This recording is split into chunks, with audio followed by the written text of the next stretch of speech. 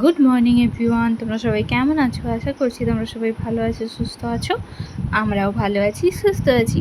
না, ছোটোটা একটু শরীরটা খারাপ, ছোটোটার একটু কাশি হচ্ছে, তো সেটা তোমাদের সঙ্গে পরে শেয়ার করছি। আগে তোমাদের সঙ্গে শেয়ার করতে এরকম ম্যাগি করছি আমি আজকে, সেই জন্য স্কুলে দেওয়া হবে বলে তো ম্যাগিটা করে ঠান্ডা করতে দিয়ে দিলাম। আর এইদিকে দেখো ছোটোটাও আমার উঠে পড়েছে, তো তাই জন্য ছোটোটাকে নিয়ে এসে আমরা যেখানে ছিলাম সবাই বসে ওখানেই এসে ওকে শুইয়েছি, কারণ ও একা থাকতে একদমই পছন্দ করে না।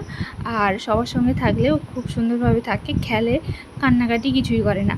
আর সৃজন কী করছে দেখো, সৃজন এইভাবেই কিন্তু দুষ্টুমি করতে থাকে ভাইয়ের সঙ্গে, খুব ভালোবাসে ভাইকে, কিন্তু ও তো ছোট, ও ভাবে যে ভাই এরকম করলে কিছু হবে না, কিন্তু ওকে বোঝানো হয় যে এরকম করবে না, ভাইয়ের লেগে যাবে, ভাইয়ের কষ্ট হবে।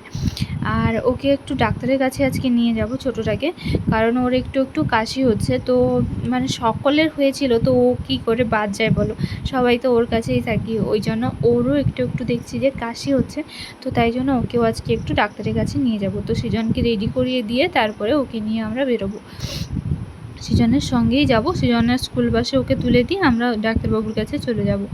তো এইবারে হচ্ছে দেখছি একটু তার মানে ছোটোটার একটু নখগুলো বড় হয়ে গেছে হাতের, আর চোখের নিচে একটু কেটে ফেলেছে, তো তাই জন্য ভাবলাম যে না, ম্যাগিটা তো ঠান্ডা করতে বসিয়েছি, এই সময় যে ভাগটা আছে ওটাতে আমি ওর নখগুলো কেটে দিই। আর ও কিন্তু এখন ঘুমোচ্ছিল না, জেগেই ছিল, কিন্তু তার মধ্যেও আমি নখগুলো সুন্দরভাবে কেটে দিচ্ছিলাম, কোনো রকম কোনো অসুবিধা হয়নি।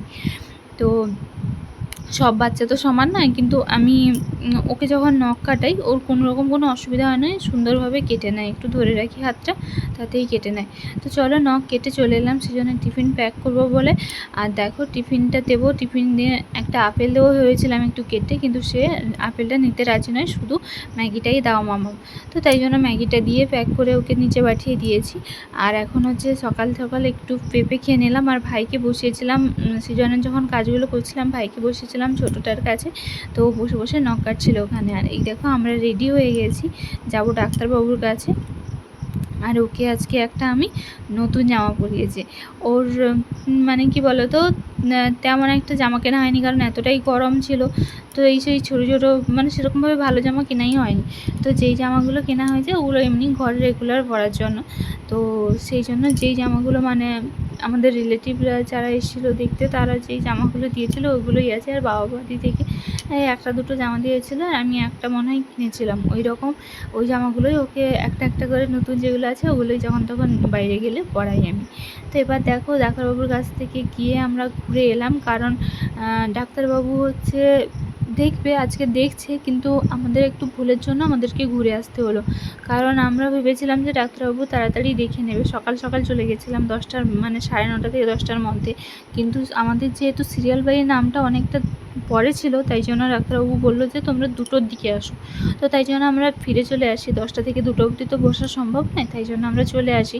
আর এসে তো আমি একদম নিচ থেকে খাবার খেয়ে মানে একদম দুপুরের খাবার খেয়ে ওপরে আসি, তারপরে ও তখন ঘুমিয়েছিল, ছোটোটা তখন ঘুমিয়েছিল, তাই জন্য সম্ভব হয়েছে। আর ওর বাবা কিন্তু স্কুলে চলে গেছিলো। তারপরে আমরা 2টোর সময় আবার গেছিলাম, সেটা তোমাদের সঙ্গে আর শেয়ার করা হয়নি, তো অন্য কোনো একটা ভিডিওতে তোমাদের সঙ্গে শেয়ার করব। আর কোনো রকম কোনো ভিডিও কিন্তু বিকেল থেকে আর কোনো কিছু শ্যুট করাই হয়নি। আর সৃজন একটু সন্ধ্যের সময় খেলতে গেছিলো একটা মানে আমাদের বাড়ির কাছে একটা ছেলের ঘরে, তো দাদা হয়েছে, তো আসার পথে দেখো একটা ফুল তুলে এনেছে নিচ থেকে, কি পোকা, আমি বলছি ভাইয়ের কাছে একদম দেবে না। তো তোমাদের কেমন লাগলো ভিডিও?